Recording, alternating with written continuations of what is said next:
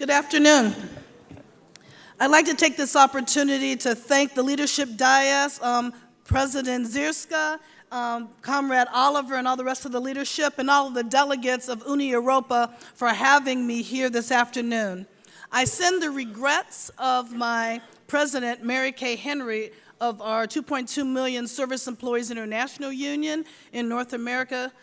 She is basically trying to make sure that a Democrat gets elected to the presidency in the United States in November.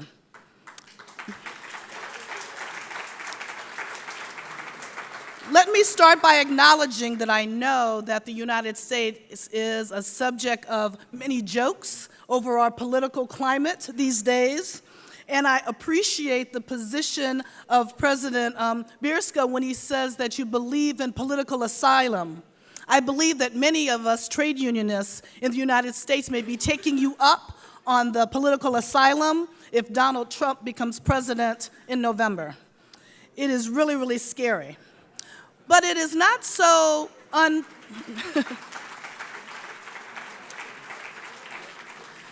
But you know, it's not so out of the ordinary that this would be happening. There has been 40 years of attacks, actually, that goes back, which is what I was asked to talk about. And I start the story back there with that little girl right there, which is myself, when I was 4 years old. It was 1966. My life and my family's history tracks along the same timeline as the labor movement's tail end of power and its ultimate decline. Let's get back to the time machine that Oliver talked about yesterday and take it back to 1966. In 1966, I was living in a small Ohio Midwest town in the United States called Lorain, Ohio. It was about 68,000 folks, and the majority of those people worked in steel mills, like that picture on the right. That's U.S. Steel or National Tube.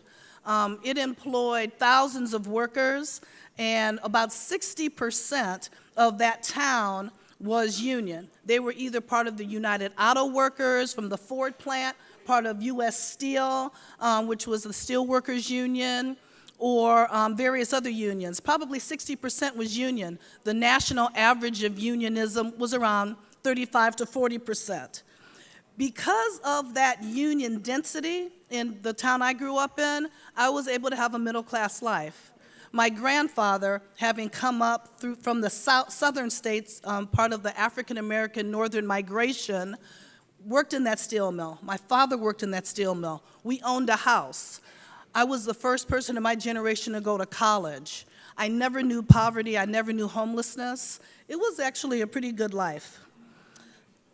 But, as you know, things changed in the 70s in the United States. I was 9 years old when this guy, Lewis Powell, wrote the Powell Memo. He was later to become a Supreme Court justice appointed by President Nixon.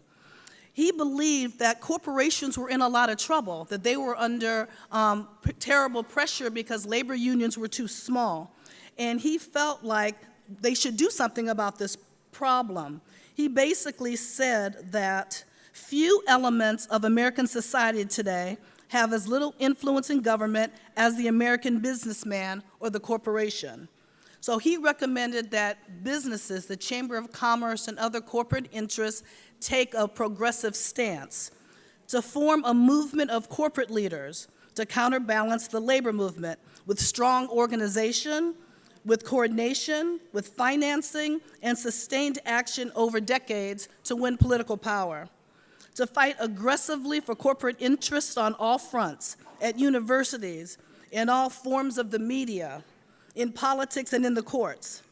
That memo back in 1977 inspired the creation of what we know today as the conservative political infrastructure.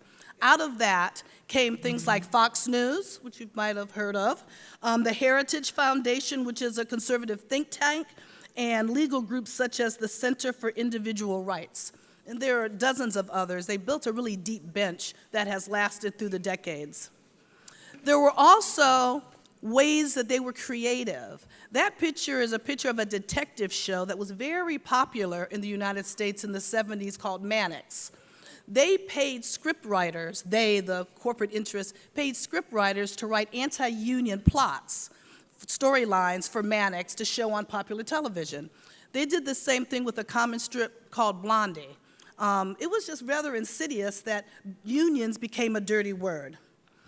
Also during the 70s, the life as I knew it in Lorain, Ohio started to change. The increased foreign competition and a fall in worldwide demand for steel began decimating the U.S. steel industry. The plant that my father and grandfather worked in started shutting down. As a matter of fact, the last 200 employees at U.S. Steel were laid off in January of this year. The average hovers around 5 or 6% on unemployment. Unemployment nationally in the United States, in Lorain, Ohio, it's 25% unemployment. This guy here, Ronald Reagan, in 1980, the year 1980 is when I graduated from high school. He's an actor by trade. He was an actor by trade, and he became president. He continued the attack on unions. He fired air traffic controllers in the United States for going on strike, and that set a wave of fear amongst workers, and it emboldened employers to basically just break the law in terms of threatening folks for trying to form a union. He brought in a new era of union busting and made it difficult for workers to even think about forming a union. In the US, a worker can't be represented by a union unless the majority of his or her coworkers vote for union representation. So the company tries to keep pro-union workers from becoming a majority. They spy on workers, they change their shifts, they isolate them, they write them up unfairly, they fire them in cases. Now, obviously these things you would think would be illegal, which it is illegal under the National Labor Relations Act. That is the law that governs labor unions, and their board, the National Labor Relations Board, is the board that oversees and makes sure that private sector workers have a right to organize. But the conservative forces and corporate forces had weakened that NLRB's influence and the NLRB's power, so basically corporations are running rampant in the United States, kind of unchecked. So basic human rights, freedom of speech, freedom of assembly, freedom of association, and firings of union workers basically increased. This chart, which is probably always hard to see charts or graphs on these things, but if you look at that high spiked bar at 2.7%, that's actually the rise during Reagan's era in 1981 of how many folks were fired for union activity. See how low it was in 1951? So there was a huge spike and a correlation between employers being unchecked and workers being attacked for union organization. It was 27 times more likely for a pro-union worker to get fired in 1981 than in 1951. Oops, wrong way, sorry. This is another example of the result of those attacks. This graph basically shows the number of strikes per year that dropped dramatically in the 80s. Where it flattens out is where basically folks going on strike to protect their rights or to get higher wages and benefits just plummeted after the attacks that happened in the 80s.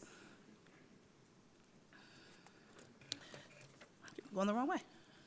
And this is just one more chart. The red line at the top shows wealthy corporations and how much income and how much influence they had. And you see in the 20s and 30s, there was a big difference between the bottom line, which is workers organizing, and the top line, the bosses. In the middle section there, in around the 60s, 70s, when unions were higher at their peak, there was more of a balance between income inequality and bosses and unions, and then it starts to separate again when unions started losing their power. And we are a country that has one of the largest differences between rich and poor in all the world. So that's just where it's like separating out more and more and more, because there's no balance. There's no way to counteract corporate greed because our density is down to like 6.7% in the private sector, where we once were, as I was growing up, around 35 or 40% density. One more chart. The other thing that's happening is in the United States, we're no longer able to enjoy the fruits of our labor. If you look at this chart, it shows productivity, which continues to rise. You know, workers work really hard in the United States, and we do a lot of production for corporations, but our wages used to track along with that production, and now it's separating out because we keep on producing more for them, but our wages remain flat because we don't have a powerful enough labor movement to actually be able to deal with that. 64 million Americans, about 42% of our workforce, are paid less than $15 an hour. As of 2014, the overall poverty rate nationally is 14.8%, much higher amongst African Americans at 26.2%, and Latinos, 23.6%. More than 1 in 5 American children live in poverty. That's about 21%. 48 million Americans live in households where a meal every day is not guaranteed. Many workers have to make a choice of which bill to pay. Should I pay my water bill, my gas bill? Should I pay the rent? Or should I buy food for my family? But of course, it is not all dismal. We are fighting back, because that's what we do in the labor movement. We fight back. I was impressed to hear all of the talk that you were having this morning about the austerity, about refugees, about the social downfalls, and you're still like coming up with strategies to fight back. And that's what we're doing in the United States. We're doing it in SEIU and with other labor unions through our Fight for 15 campaign. We're starting with 200 fast food workers who make close to minimum wage or sub-minimum wage, and they started fighting back. Some of those workers who I've personally met have been on strike 12 times and are continuing to strike, continuing to get in the streets, continuing to say that enough is enough, that they deserve more money for the hard work that they do. We're also hoping and have been successful in broadening that movement. What started as fast food workers has moved to adjunct professors, which are part-time professors, some of which make so little money that they have to live out of their cars to educate our youth, and home care workers or private care workers, and airport workers that my division of property service is sponsoring. We've all joined the Fight for 15 campaign to give it air and oxygen and make sure that the politicians, even on the Democratic side, answer the issues about wages in our country, wages, income inequality, and being able to retire with dignity. It's been successful. We were successful in getting 180,000 fast food workers in New York through a wage board, a raise to $15. And we are hoping to spread that strategy since we don't have sectoral bargaining. I wish we did in the United States, but we have to use other creative ways to apply standards past collective bargaining agreements to large sectors of workers. So one of our strategies is to use wage boards to raise people's wages. I will say, if you have sectoral bargaining as you do in most parts of Europe, keep it. Fight for it. Don't let them take it, because it's an important thing that we wish we had in the United States. So I just wanted to spend a moment on how we're fighting back, because I think it's important, because the first 10 pages of my PowerPoint were pretty grim. We are actually doing a lot of the work that you do in Europe to fight back, using everything to our advantage. We are putting workers out on the street because we think field is very important. Putting workers in motion is really important. We have communications, a lot of media work, a lot of re-establishing the narrative for the press. Like, they took 40 years to really chip away at the reputation of unions, and we are trying to get that back. A lot of research goes into, corporate education campaigns, and obviously trying to do it legally. and also to use the laws that we have against the employer.